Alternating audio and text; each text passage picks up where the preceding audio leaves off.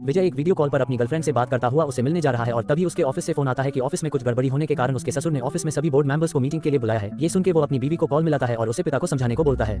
एक करोड़पति की बेटी से शादी करने के बावजूद व शादीशुदा होने के बावजूद एक्स्ट्रा मैरिटल अफेयर में है।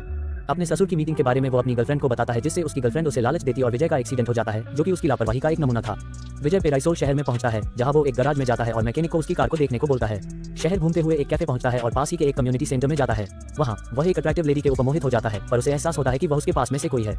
वो उसका पीछा करना शुरू करता है और हमें पता चलता है कि उसका नाम शांति है, पर वो उसे पहचानने से मना कर देती है। विजय उसे बोलता है कि वो उसे कहीं भी पहचान सकता है, पर वो विजय को जाने के लिए बोलती है। और जब वो अपने घर के अंदर जा रही होती है तो विजय उस पर कॉफी गिरा देता है और साफ करने के बहाने उसे छूने की कोशिश करने लगता है।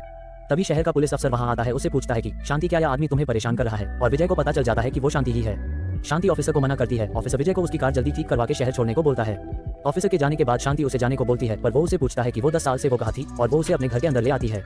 वो शांति से दोबारा पूछता है और इस बार बोलता है कि वो परेशान हो गया था और उसे 10 साल से पता नहीं है कि उसकी बीवी कहाँ गायब थी।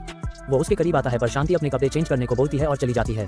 वो नहाते समय उसे देखता है और जब वो बाहर आती है तो वो अपने लिए कॉफी और उसके लिए चाय तैयार रखता है।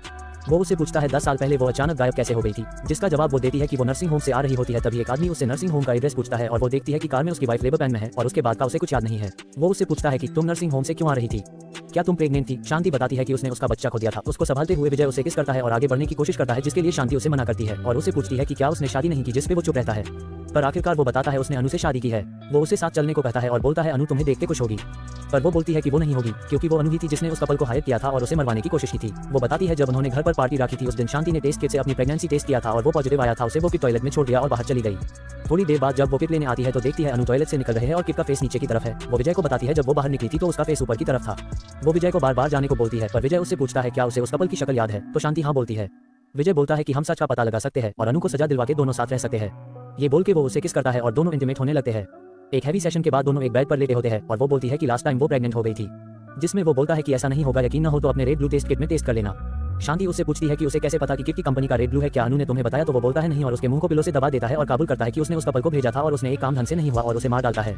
शांति की हत्या करने के बाद विजय उसके घर से भाग जाता है। तभी उसे एहसास होता है कि उसका अपना बेजान शरीर कार से निकाला जा रहा है। उसके सामने एक चौंकाने वाली घटना होती है जब उसे पता चलता है कि वह एक जगह में चला जा चुका है जहां उसका सामना केवल मरे हुए लोगों से हुआ था और शांति उनमें से एक थी। उस दुनिया में शांति उसकी पत्नी की तुलना से ज्यादा सुंदर और अट्रैक्टिव दिखाई देती है, जिसने विजय की कल्पना को बढ़ावा दिया और हार्मोन की वृद्धि को प्रज्वलित किया, जिसके कारण उनके बीच इंटीमेसी पैदा हुई। शांति द्वारा कहे गए अंतिम शब्द, क्या मैंने तुम्हें जाने के लिए नहीं कहा था? सुझाव है कि उसे इस दुनिया में पड़े रहने के बजाय पहले ही अपनी मौत का एहसास हो जाना चाहिए था। उसके बेवफा स्वभाव को देखते हुए उनका निधन कोई बड़ा लॉस नहीं है।